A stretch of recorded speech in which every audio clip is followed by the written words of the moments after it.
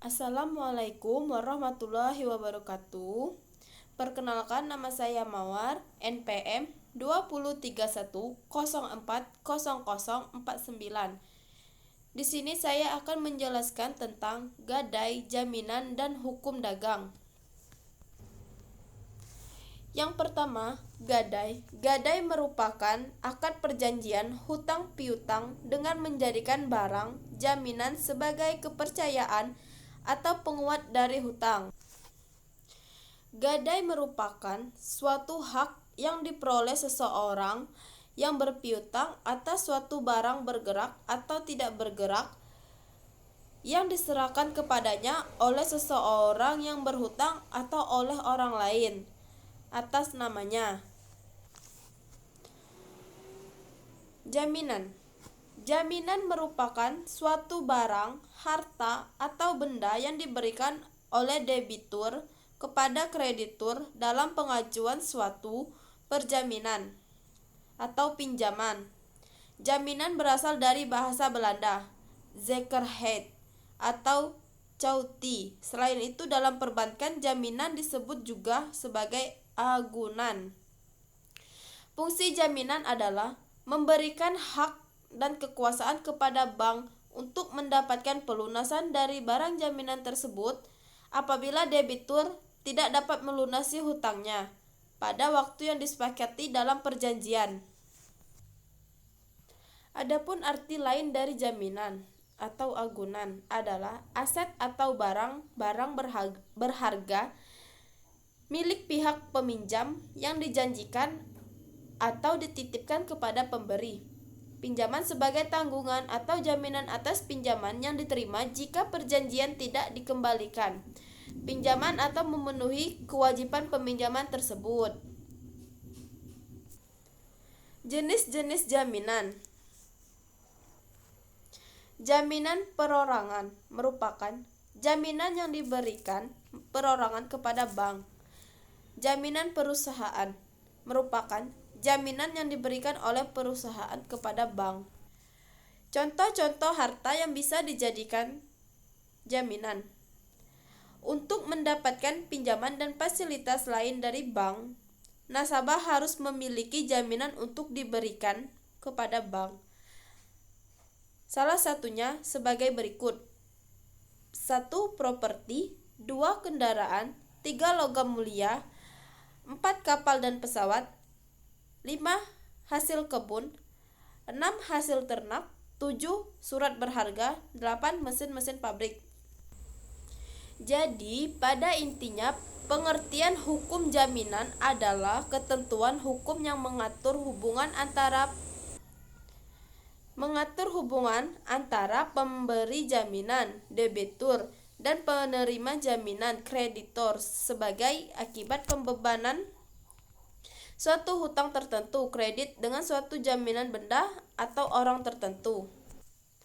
Jaminan ada dua, yaitu 1. Jaminan umum, yaitu jaminan dari pihak debitur yang terjadi atau timbul dari undang-undang, yaitu bahwa setiap barang bergerak atau tidak bergerak milik debitur menjadi tanggungan utangnya kepada kreditur. Maka apabila debitur wan prestasi, maka kreditur dapat meminta pengadilan untuk menyita dan melelang seluruh harta debitur. 2. Jaminan khusus, yaitu bahwa setiap jaminan utang yang bersifat kontraktual, yaitu yang terbit dari perjanjian tertentu, baik yang khusus ditujukan terhadap benda-benda tertentu maupun orang tertentu.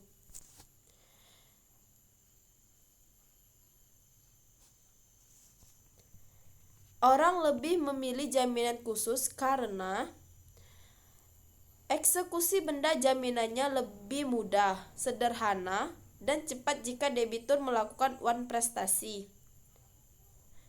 Kreditur jaminan khusus didahulukan dibanding kreditur jaminan untuk dalam pemenuhan piutangnya. Perjanjian jaminan disebut juga perjanjian tambahan karena timbulnya perjanjian jaminan sendiri akibat dari adanya perjanjian kredit yang mana perjanjian kredit sendiri adalah perjanjian pokok yang akibat dari perjanjian tersebut menimbulkan perjanjian baru, yaitu perjanjian jaminan yang mana merupakan perjanjian tambahan dari perjanjian pokok. Saya akan menjelaskan pengertian dari hukum dagang. Hukum dagang adalah ilmu yang mengatur hubungan antara suatu pihak dengan pihak lain yang berkaitan dengan urusan-urusan dagang. Definisi lain menyatakan bahwa hukum dagang merupakan serangkaian norma yang timbul khusus dalam dunia usaha atau kegiatan perusahaan. Hukum dagang masuk dalam kategori hukum perdata, tepatnya hukum perikata. Alasannya karena hukum dagang berkaitan dengan tindakan manusia dalam urusan dagang. Oleh karena itu, hukum dagang tidak masuk dalam hukum kebendaan. Kemudian, hukum dagang juga berkaitan dengan hak dan kewajiban antar pihak yang bersangkutan dalam urusan dagang.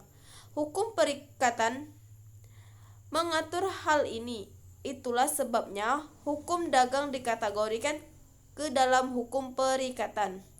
Hukum perikatan adalah hukum yang secara spesifik mengatur perikatan-perikatan dalam urusan dagang. Sejarah hukum dagang. Hukum dagang di Indonesia tidak tercipta begitu saja, melainkan berdasarkan pada sumber. Terdapat 3 sumber yang menjadi rujukan dari hukum dagang, yakni hukum tertulis yang dikodifikasikan, hukum tertulis yang belum dikodifikasikan, dan hukum kebiasaan. Pada hukum tertulis sudah dikodifikasikan, hal yang menjadi acuan adalah KUHD yang mempunyai 2 kitab dan 23 bab. Dalam KUHD dibahas tentang dagang umumnya sebanyak 10 bab, serta hak-hak dan kewajiban sebanyak 13 bab. Selain KUHD, sumber lainnya adalah Kitab Undang-Undang Hukum Perdata atau juga dikenal dengan istilah BW. Salah satu bab pada BW membahas tentang perikatan. Subjek hukum, pendukung hak dan kewajiban hukum yang dimiliki oleh manusia sejak lahir hingga meninggal dunia, dan juga dimiliki oleh pribadi hukum yang secara sengaja diciptakan oleh hukum sebagai subjek hukum. Dalam hukum dagang, hal yang menjadi subjek hukum adalah badan usaha. Istilah lain dari badan usaha adalah perusahaan, baik perseorangan ataupun telah memiliki badan hukum. Ada 8 jenis badan usaha, yakni 1. Perusahaan dagang, usaha dagang, firma, komanditaire, Vanopslep atau SIPI, perseroan terbatas, koperasi, perseroan, parun, perum, holding company, grup.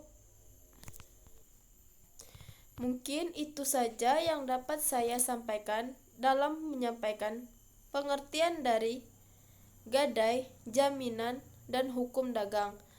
Sekian dan terima kasih. Apabila ada perkataan yang kurang berkenan, saya mohon ampun. Assalamualaikum warahmatullahi wabarakatuh.